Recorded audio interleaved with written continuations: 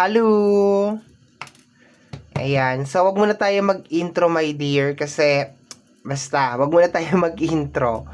Okay, so, ang gagawin natin ngayon, daily reading para sa araw ng June 25, 2026. Daily reading po ito para sa air sign. Okay, shortcut lang natin yung ating reading, okay?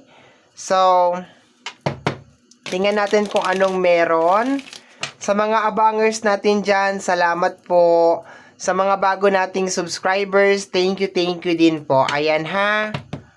So, less talk lang muna tayo. Try natin mag-less talk. Okay.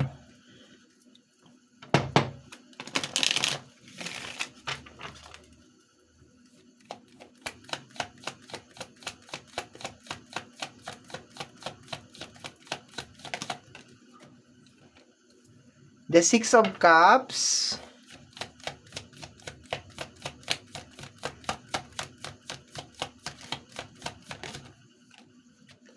Magkasama na tong dalawa, so hindi ko na paghihiwalayin.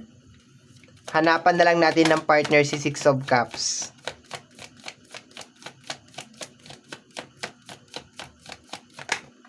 Okay. So, energy ng nakaraan, my dear. Okay. Something na stuck sa energy ng Four of Pentacles. So, ang nakukuha ko dito, it's more on una issue. Okay, mga issue na may kinalaman sa nakaraan, my dear. Mga issue. So, possible ngayong araw na ito, may mga issue na galing pa sa nakaraan. Matagal na, okay? Matagal na issue. Teka lang ha, kunin natin to. The Death card. Okay, very good. May mga issue, my dear, na may kinalaman sa nakaraan. Salamat sa Death card. Kasi, kinukonfirm nito, my dear, na mag-e-end na siya ngayong araw na to. Okay? Mga issue, mga problema na may kinalaman sa nakaraan. Pero I can feel mas malakas talaga yung energy ng issue. Okay, mga issue na may kinalaman sa nakaraan and connected, my dear, sa pamilya. Kasi meron tayong energy ng Ten of Cups. Okay? So, ayan, may mga issue na may kinalaman sa family, okay, relationship, mag-e-end daw siya ngayong araw na ito. Okay? Or maybe, you will be deciding, my dear, you are decided, my dear, na i-let go na kung ano man yung bagay na yan. Palayain na talaga siya. Okay? This is more on parang slightly na pag-move on. Okay? So, may mga pakakawalan ka ngayong araw na to. May mga i-release ka. Okay? Na may kinalaman sa nakaraan. Maganda to. This is very, very good, my dear. Kasi, nagka-create ka ng panibagong space sa puso mo para sa mga panibagong energy. So, I love the energy, my dear air sign. Maganda siya. Okay, let's go pa tayo. We have here the energy of the Five of Swords, abandonment. Mga issue na may kinalaman sa abandonment, my dear. Kung meron kang kapamilya, like kapatid, tatay, nanay, kahit sino, my dear, na parang pakiramdam mo parang pinabayaan ka. Parang pakiramdam mo hinayaan ka. Okay, I think nandun ka na sa moment, my dear, ng buhay mo na naiintindihan mo na kung bakit nangyari lahat tong mga bagay na ito. Okay? So, nagkakaroon ka ngayong araw na to ng deeper understanding. Malalim na pangunawa at pagkaintindi, my dear, kung bakit may mga tao na kahit kapamilya mo pa or kahit karelasyon mo pa, nagagawa kang talikuran, no? Maybe noon hindi mo maintindihan kung bakit, kasi ang pinanghahawakan mo lang is asawa kita, kapatid kita, magulang kita. So, I think nandun ka lang siguro sa moment na pinanghahawakan mo yung mga bagay na yon.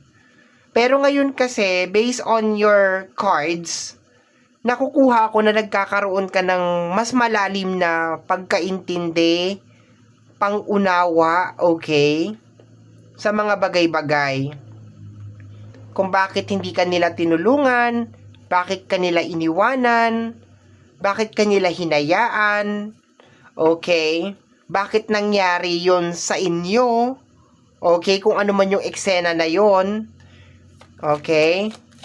Tingnan natin, next card tayo, 8 cards lang tayo ngayon my dear, 8 cards lang, eto daw. We have here the energy of the Knight of Pentacles. Slowly but surely, my dear. Hindi naman, I will not promise, my dear, na pagsampa ng June 25, as in automatic, wala na siya. I think mag-uumpisa to sa deeper understanding and acceptance. Doon siya mag-uumpisa. And then, as the time goes by, siguro araw-araw, 25, 26, 27, hanggang sa matapos yung June, is like, dahan-dahan mo nang naile-let go. Kasi pakiramdam ko, hindi mo to kaagad magagawa. Pero to the point na, ngayong araw na to, magdi-decide ka na ayaw mo nang kumapit dito sa energy na to, maganda yon. Kasi, hindi madali na bumitaw sa isang bagay na posible na dulot ng matinding sakit at matinding kirot sa iyo, my dear. Hindi madaling gawin yon. Hindi madaling umunawa at umintindi, my dear. Lalo na kung ikaw yung nadihado, ikaw yung nasaktan. Hindi madali na magpaubaya or magparaya. And I think, my dear, ginagawa mo to kasi una, masyado na sigurong matagal pinanghahawakan kung ano man tong energy na to. And nararamdaman mo na siguro yung bigat. Na kahit hindi mo siguro kasama yung tao o hindi mo nakikita yung tao na yon, nandun pa rin yung galit. Nandun pa rin yung puot.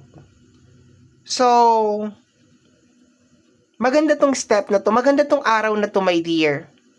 Kasi nagka-create ka ng space, ng growth, improvement sa buhay mo. Mahirap tong gagawin mo, my dear. Napakahirap nito.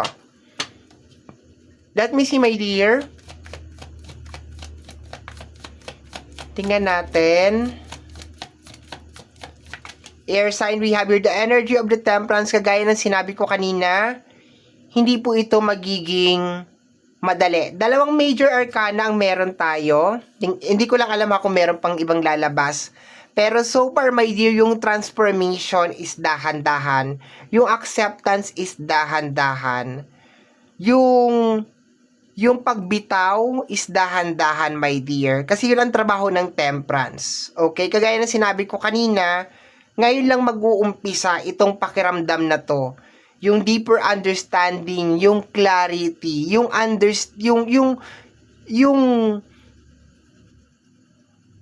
pagkapagod dun sa energy na yon. Ngayon lang talaga siya mag-start. Okay, ngayon lang. Pero based on the energy, nakukuha ko, my dear, na this is going to be the start of something new. Something new na posibleng malaki yung magiging impact sa buhay mo. Kasi, gumagawa ka ng panibagong space sa heart mo eh. And malaki ang posibilidad na yung mga tamang tao na posibleng naghihintay, my dear, para pumasok dyan sa puso mo at pumasok sa buhay mo, eto na sila, makakapasok na sila finally. Kasi nagbigay ka na ng space para sa kanila. Okay? Tingnan natin. Last card na lang tayo, my dear. Last card. We have here the energy of the 5 of Pentacles. Okay? So, yung energy na parang iniwanan ka sa ere, kasi ganun yung energy ng Five of Pentacles. Pero ang Five of Pentacles kasi is problema to na may kinalaman sa usapin ng pinansyal. Pero hindi natin siya pwede kasing ilayo talaga, my dear, dun sa pinaka-umpisa na reading natin, which is may kinalaman dun sa kinikim-kim mo from the very beginning, which is may kinalaman sa nakaraan. So, probably, sige, susubukan natin siya i-compress na baka nagkaroon ka ng mga problema na may kinalaman sa usapin ng pinansyal.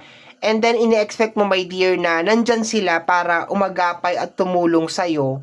Pero eventually, hindi ganun yung nangyari. 'Di ba? Kabaliktaran yung nangyari. O baka naman, nung nangangailangan sila, hindi naman sa panunumbat at pagbibilang, ay nandiyan ka. Pero nung ikaw na talaga ang nangailangan, wala na sila. 'Di ba?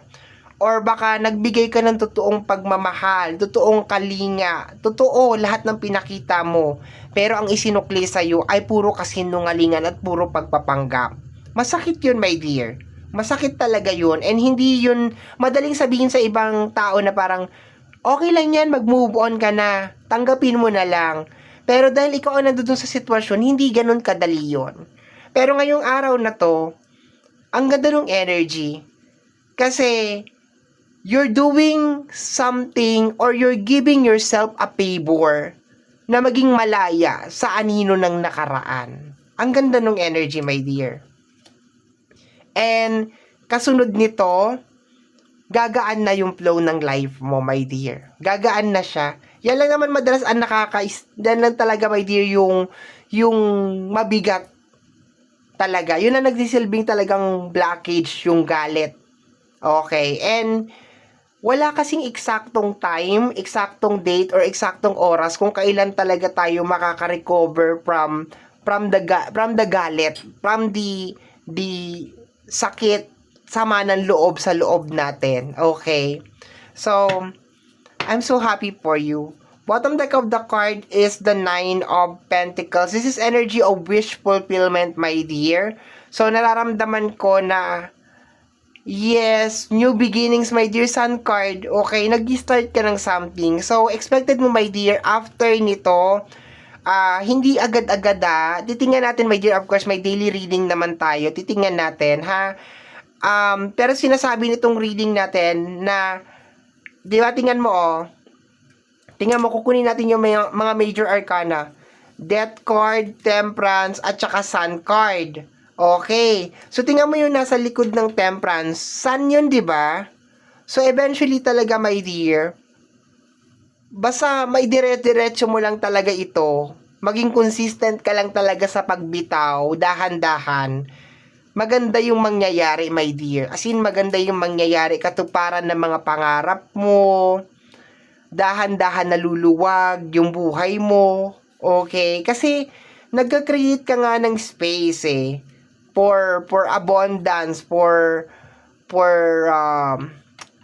positive energy. You're creating space for positive energy, my dear. So, to the point na meron ka 9 of Cups over here, wish fulfillment to, my dear. So, kasabay ng pagpaparaya mo or pagtanggap mo, my dear, sa kung ano man yung bagay na yun na konektado sa nakaraan, dahan-dahan din pumapasok yung mga good news, blessing sa buhay mo. Okay? So, ang ganda ng energy, my dear. No? And I'm so happy for you. I'm so proud of you kasi hindi madali itong gagawin mo. Okay? So, my dear air sign, ito ang nasagap natin na message energy para sa araw na ito, June 25, 2026. Kagaya po ng lagi kong sinasabi, ang tanging hiling at dasal ko lamang po sa ating buong may kapal na ang mga readings na ginagawa ko ay nakakatulong po sana sa ating lahat. Maraming salamat po. Thank you, my dear. Bye-bye!